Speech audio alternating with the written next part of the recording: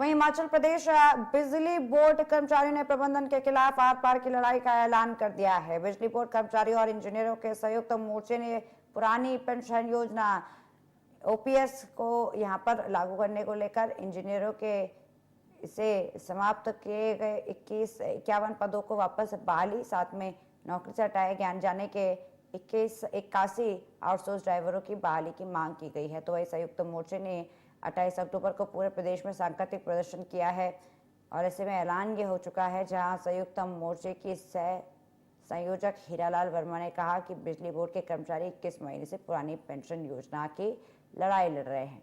बस बीच आकर सरकार ने 2 ऐसे फैसले दे दिए हैं जिससे बिजली बोर्ड के कर्मचारियों में रोष नहीं है। तो वहीं उन्होंने कहा है कि बिजली बोर्ड में इंजीनियरिंग के 51 पदों को समाप्त करने और 81 ड्राइवरों को नौकरी देने से झटका जो लगा है वो बेहद दुर्भाग्यपूर्ण है।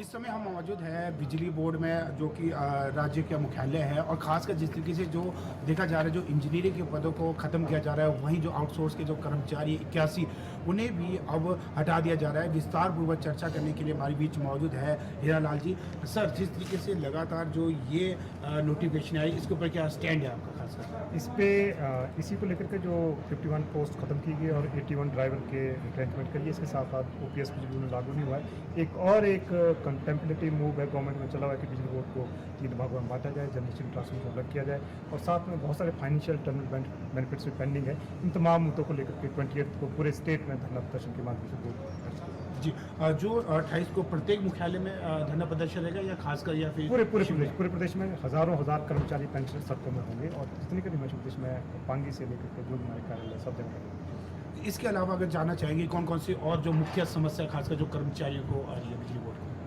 अभी तो जो हमें लगा कि जो आप मोटे तौर पे देखें, पहले जो 1956 के बाद जो पब्लिक सेक्टर हैं, जो बिजली बोर्ड हैं या कॉर्पोरेट सेक्टर जितने करके अंडरटेकिंग्स हैं, तो उनको एक वेलफेयर के हिसाब से उनको बनाया गया था। उसमें नहीं देखा जाता कि आपका प्रॉफिट कितना है, लॉस कितना है, वो एक सेवाएं कैसी आप स्टेट को दे रहे हैं या देश को दे रहे हैं, वो देखी जाती थी। लेकिन आज सरकारों का नजरिया हट करके हो गया है कि आज देख रहे हैं कि आप कितना कमा रहे हैं। तो आज जैसे आपका HRTC है, बिजली बोर्ड है, ये ऐसे सर्विस सेक्टर है जहाँ आपको सस्ते में प्रदेश की जनता को बढ़िया सेवा दे रहे हैं। तो कहीं ना कहीं सरकार का जो नज़रिया जो बदला है, उससे कहीं ना कहीं अब इन ऑर्गेनाइजेशन में दिक्कत आई है। आज आप देखेंगे हमारा जो स्टेट का रोल बैक सब्सिडी का है लगभग 600-700 करोड़ है, वो अभी तक नहीं मिला। उससे कहीं ना कहीं जो वर्किंग कैपिटल का क्राइसिस है बिजली बोर्ड में आया है, उससे हमारे जो क्लेम्स हैं वो आपके रिटायरमेंट क्लेम है या दूसरे फाइनेंशियल क्लेम है, सारे रुके पड़े। और एक जानना चाहेंगे हीरालाल जी, क्या मुख्य कारण है जो खासकर जो बिजली बोर्ड लगातार जो घाटे में जा रहे हैं, क्या मुख्य कारण मान सकते हैं?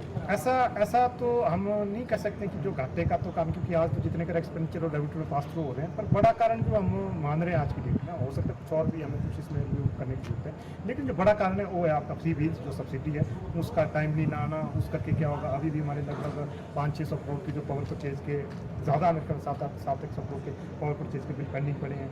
अगर उनकी पेमेंट नहीं, उस पर सरचार्ज लग रहा है, सरचार्ज भी मोर देन 50 या 60 करोड़ हो गया, इस बारी हुआ है। तो जो लेट पेमेंट है, जो लेट सीट है, जो सब्सिडी के गवर्नमेंट से रोल बैक की, उससे सारा संकट क्राइसिस का वो सब बता है। जी, आखिरी प्रश्न हमारा ये रहेगा हीरालाल जी, जिस तरीके से सरकार ने जो 10 गारंटियाँ दी थी, उनमें से एक गारंटी ये थी कि प्रत्येक वर्ष 1 लाख नौकरी देंगे, 5 वर्ष में 5 लाख नौकरी दिया जाएगी। वहीं जिस तरीके से अब जो पद भी अब हटा दी जा रही है, इसके ऊपर क्या कहना रहेगा? ये तो मेरे ख्याल में पॉलिटिकल जो सरकार में सत्ता में जो शासक वर्ग, उनको देखना चाहिए कि उनका ऑब्जेक्टिव क्या है, उनका मैनिफेस्टो क्या है। तो कहीं ना कहीं इससे तो अगर आप बोल रहे हैं कि उन्होंने कोई ऐसी कमिटमेंट की है मैनिफेस्टो में, तो ये उनके विरोधाभास में आप देख रहे हैं कि एक और आपने बोला है कि हमने इतनी नौकरियां देनी है, दूसरी ओर आप रिट्रेंचमेंट शुरू कर रहे हैं, पदों का खत्म कर रहे हैं। कहीं ना कहीं अगर ऐसा मैनिफेस्टो में, तो उनको मैनिफेस्टो पर स्टिक करना चाहिए, जो उन्होंने लोगों के लिए प्रॉमिस किया है उस पीछे आगे बढ़ना चाहिए। तो इन बातों से पीछे जी, बिल्कुल इनका कहना स्पष्ट रूप से ये है कि जहाँ पर जो सरकार कह रही थी नौकरियों को अधिक से अधिक बहाल की जाएगी, वहीं अब जो नौकरियों पर भी जो संकट छाया हुआ है। कामेश शर्मा की